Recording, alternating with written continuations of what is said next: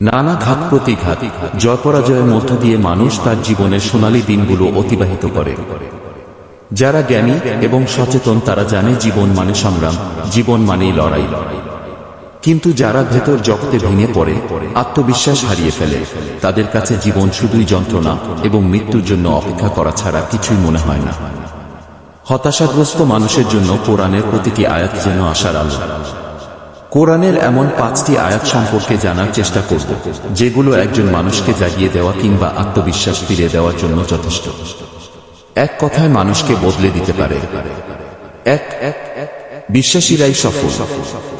দুনিয়ার এত মতো, এত পথের মাঝে সফল হওয়ার একমাত্র সূত্র কি? এ প্রশ্নের জবাবে আল্লাহ বলেন, যারা বিশ্বাসী তারাই সফলকাম হয়ে গেছে। সূরা মুমিনুন। সংক্ষেপে এই আয়াতের মর্মার্থ হল, যারা আল্লাহ এবং পরকালের জীবনে বিশ্বাস করে তারাই প্রকৃত সফল মানুষ। বিশ্বাসহীন কোনো পথমত মানুষকে সফল করতে পারে না। একইভাবে অর্থবিত্ত, বিদ্যাবুদ্ধি এগুলো সফলতার মানদণ্ড নয়। সফলতার মানদণ্ড একটি, তা হল বিশ্বাসী হয়ে জীবনযাপন করা। 2 জীবন মানেই পরীক্ষা। হতাশার অন্ধকারে ডুবে থাকা মানুষের মনে একটি প্রশ্নই বারবার ঘুরপাক খায়, কেন আমাদের সৃষ্টি করা হলো? কেন পৃথিবীতে এলাম? আমরা কি প্রকৃতির খেলার পুতুল?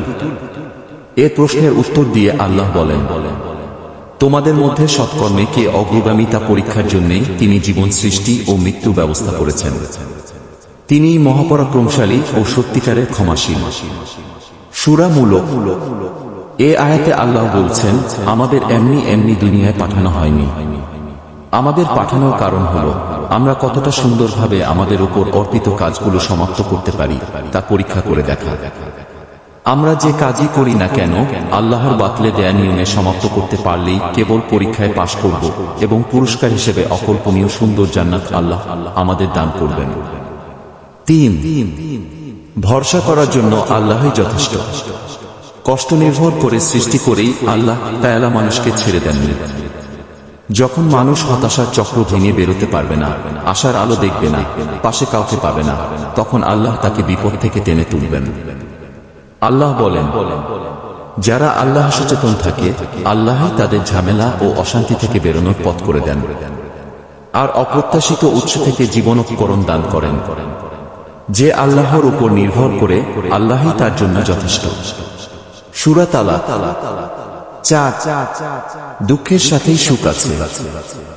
কখনো কখনো আমাদের মনে হয়, কেন আল্লাহ মানুষকে কষ্ট নির্ভর করে সৃষ্টি করেছেন? কষ্ট না থাকলে জীবনটা কতই না সুন্দর হতো। এমন ভাবনা যে ভুল, তা বলা হয়েছে এই আয়াতে। অবশ্যই কষ্টের সাথেই সুখ রয়েছে। আবারও বলছি, অবশ্যই কষ্টের সাথেই সুখ রয়েছে। সূরা ইনশিরাহ। উস্তাদ নোমান আলী খান বলেন, একজন পরীক্ষার্থী যখন 6 মাস 1 বছর আগে থেকে রাত জেগে কষ্ট করে পড়তে থাকে, মূলত ওই সময় থেকেই সে আনন্দদায়ক ফলাফলের বীজ বুনতে শুরু করে দেয়। যদি সে কষ্ট না করত তাহলে পরীক্ষায় কিছুই লিখতে পারত না।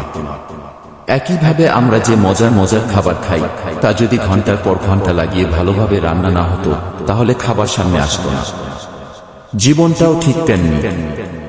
যে যতটুকু কষ্ট করবে, পরিশ্রম করবে, সেও বিনিময় স্বরূপ ততটুকুই আনন্দ পাবে, কারণ কষ্টের সাথেই সুখ আছে। 5 মানুষকে সৃষ্টি করা হয়েছে কষ্ট ও পরিশ্রম নির্ভর করে। অনেক সময় মনে প্রশ্ন জাগে, কেন আমাদের কষ্ট করে বাঁচতে হয়? জীবন মানেই সংগ্রাম কেন? এ প্রশ্নের উত্তরে আল্লাহ তাআলা বলেন, নিশ্চয়ই আমি মানুষকে কষ্ট ও পরিশ্রম নির্ভর করে সৃষ্টি করেছি। সূরা বালাগ। এ আয়াতের সহজ অর্থ হল, জীবন মানেই কষ্ট এবং সংগ্রাম। মানুষ যতদিন বেঁচে থাকবে তাকে পরিশ্রম এবং কষ্ট করেই বেঁচে থাকতে হবে।